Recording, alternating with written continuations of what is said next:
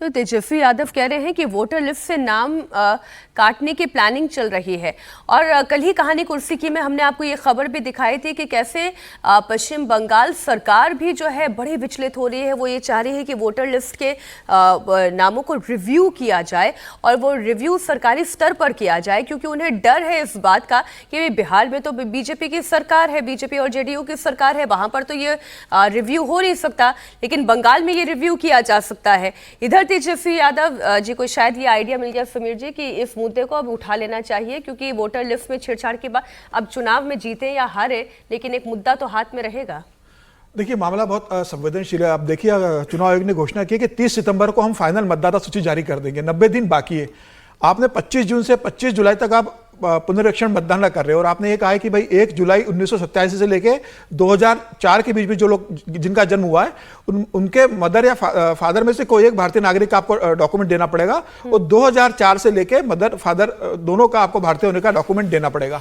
आप 1 महीने के अंदर पूरे बिहार में आप ये करोगे, उसके बाद 1 अगस्त को आप इसका डाटा निकालोगे, फिर 1 महीने के अंदर आपको, अगर आपका नाम नहीं तो आपको उसके लिए आवेदन करना पड़ेगा और 1 महीने के अंदर सितंबर महीने में चुनाव आयोग उसको फिर वेरिफिकेशन करेगा। तो इतने बड़े राज्य का जो आज अगर देखा जाए तो चौथा नंबर पे राज्य आता है। अगर उत्तर प्रदेश पहले पे आता है, दूसरे पे अगर महाराष्ट्र है, तीसरे पे अगर पश्चिम बंगाल है और चौथे पे अगर बिहार आता है, तो मुझे लग रहा है कि 90 दिन के अंदर चुनाव आयोग ये पूरी प्रोसेस करके कैसे करेगा, ये बहुत बड़ी चुनौती होगी चुनाव आयोग के लिए। लेकिन ये होना भी चाहिए। अगर राहुल गांधी ये कहते हैं कि भाई बाहर के मतदाता महाराष्ट्र में जुड़ जाते हैं, वोटर्स बढ़ जाते हैं, फिर चुनाव आयोग कहता है कि हम वेरिफिकेशन करवा रहे हैं, तो मुझे लगता है कि एक अच्छी प्रोसेस है। चुनाव आयोग इसे व्यवस्थित तरीके से कराए और जो बांग्लादेशी घुसपैठिए बिना डॉक्यूमेंट्स के फर्जीवाड़े से वोटर्स बन गए बंगाल के अंदर, बहुत बड़ा वर्ग है जो बंगाल में भी बना है और जो बिहार में भी बना है घुसपैठियों का, वह बाहर होना बहुत जरूरी है। और मुझे लग रहा है कि जब चुनाव आयोग 30 सितंबर को डाटा पब्लिश करेगा तो मुझे लग रहा है कि जो जेन्युइन वोटर होंगे, जो ईमानदार वोटर होंगे, जिनके पास डॉक्यूमेंट्स होंगे, उनका नाम आएगा। और जो फर्जी वोटर सरकारों ने या राजनीतिक दलों ने अपने तैयार करे वो बाहर हो जाएंगे। है कि तंत्र को लग रहा है फर्जी वोटर हो, लेकिन तेजस्वी यादव हो, चाहे वो डेरेक ओब्रायन हो या वो ममता बनर्जी, उनको तो ये लग रहा है ना कि ये तो उनका अपना वोटर है जिसका नाम हटाने का प्रोसेस किया जा रहा है और ये सरकारी साजिश है। आप एक बार डेरेक ओब्रायन को भी सुने, उन्होंने क्या कहा इस पूरे मसले पर। The latest BJP's internal survey for Bengal shows, when I say latest means it may be a few weeks old also, 46 to 49 seats BJP in Bengal. 46 to 49 seats is their number in Bengal if Bengal assembly polls are held. So, in their desperation to change or attempt to change things, you do these desperate things.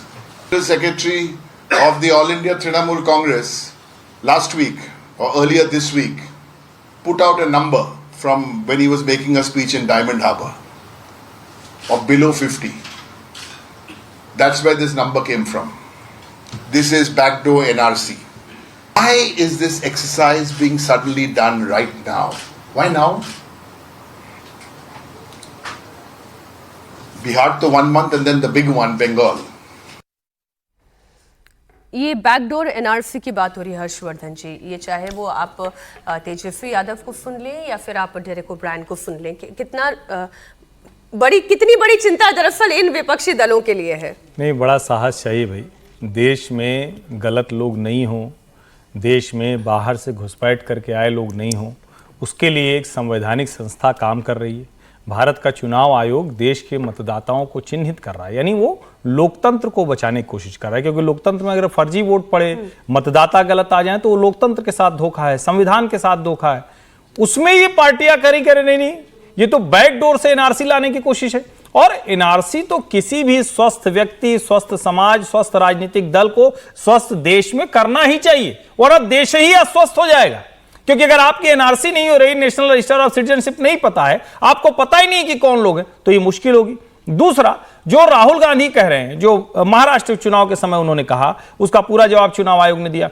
अब एक होता है कि आप बाद की बात करें, एक होता है पहले की बात करें। चुनाव होने के बाद आप लकीर पीट रहे हैं कि सांप निकल गया, गड़बड़ था, लाठी थी कि क्या था। अभी तो चुनाव हुआ नहीं ना भाई। अब तो अच्छा है ना कि वोटर लिस्ट पहले हो जा रही है।